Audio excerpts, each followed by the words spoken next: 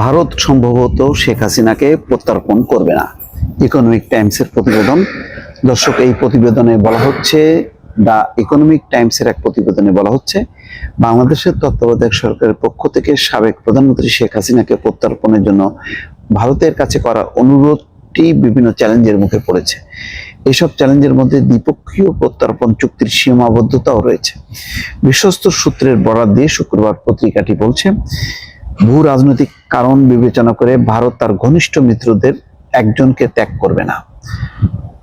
ভারত বাংলাদেশ প্রত্যার্পণ চুক্তি অনুযায়ী রাজনৈতিক প্রকৃতির যে কোনো অনুরোধ কার্যকর করা যায় না। উচ্চ পর্যায়ের সূত্রগুলো বলছে, বাংলাদেশের বর্তমান মোহাম্মদ ইউনূস সরকারের চাপ সত্ত্বেও ভারত এই বিষয়ে দ্রুত কোনো সিদ্ধান্ত নেবে না। প্রতিবেদনে উল্লেখ করা হয়, শেখ হাসিনার মতো একজন নেত্রী, যিনি ভারতের স্বার্থ রক্ষা করেছেন, চরমপন্থীদের দমন করেছেন এবং উপ-আঞ্চলিক সহযোগিতা বাড়িয়েছে, তার প্রত্যার্পণ ভারতের প্রতিবেশী মিত্রদের জন্য ভুল বার্তা পাঠাবে। আরো বলা হচ্ছে যে ভারত এই ধরনের প্রত্যার্পণ অনুরোধ পরীক্ষা নিরীক্ষা করবে এবং এতে বেশ কিছু মাস লেগে যেতে পারে বলে ধারণা করা হচ্ছে। ভারত দীর্ঘদিন ধরে অতিথিদের স্বাগত জানানোর ঐতিহ্য ধরে রেখেছে, যার উদাহরণ দালাই লামাও, অর্থাৎ তিব্বতের দালাই লামার উদাহরণটা এখানে আনা হচ্ছে। সূত্রগুলো মনে করে, বর্তমান পরিস্থিতিতে শেখ হাসিনা যদি বাংলাদেশে ফেরেন তাহলে তার জন্য একটি অনিশ্চিত এবং ঝুঁকিপূর্ণ পরিস্থিতি তৈরি হতে পারে।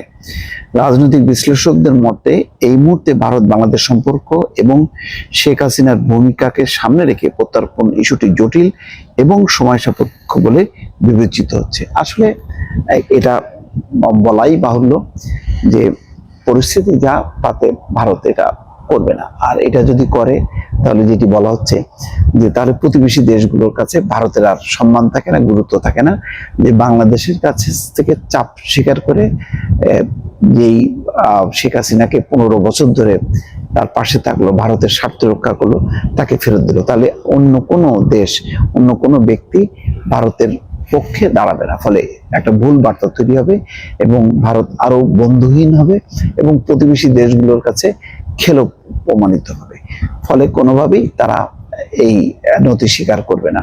এখন সময় ক্ষেপণ করে হয়তো অন্যভাবে সমঝোতা করার চেষ্টা ভারতের পক্ষ থেকে করা হতে পারে। তবে এই ইস্যুটি বেশ চ্যালেঞ্জিং এই কারণে যে যতক্ষণ পর্যন্ত শেখ হাসিনার উপর চাপ থাকবে ফেরত পাঠানোর, ততক্ষণ পর্যন্ত কূটনীতিক যেই আচরণ বা সম্পর্ক, তার মধ্যে কিন্তু সবসময় একটা কাটা হয়ে থাকবে এবং এটা ভারতের জন্য কোনো ভালো বিষয় না। ভারত বাংলাদেশের কাছে সহজ হতে পারবে না।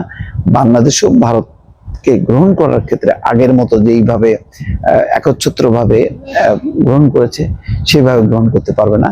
উপরন্তু একটা ঝুঁকিও আছে, 7 সিস্টার্সের ঝুঁকি, যে ভারতের বিচ্ছিন্নতাবাদীরা আবার সুযোগ পেয়ে বাংলাদেশের বিভিন্ন অঞ্চলে তাদের অবস্থান দৃঢ় করতে পারে এবং তখন ভারত বাংলাদেশকে চাপ দিতে পারবে না যে তাদের অপরাধীরা বা বিচ্ছিন্নতাবাদীরা বাংলাদেশে লুকিয়ে আছে, তাদেরকে ফেরত দেওয়া হবে।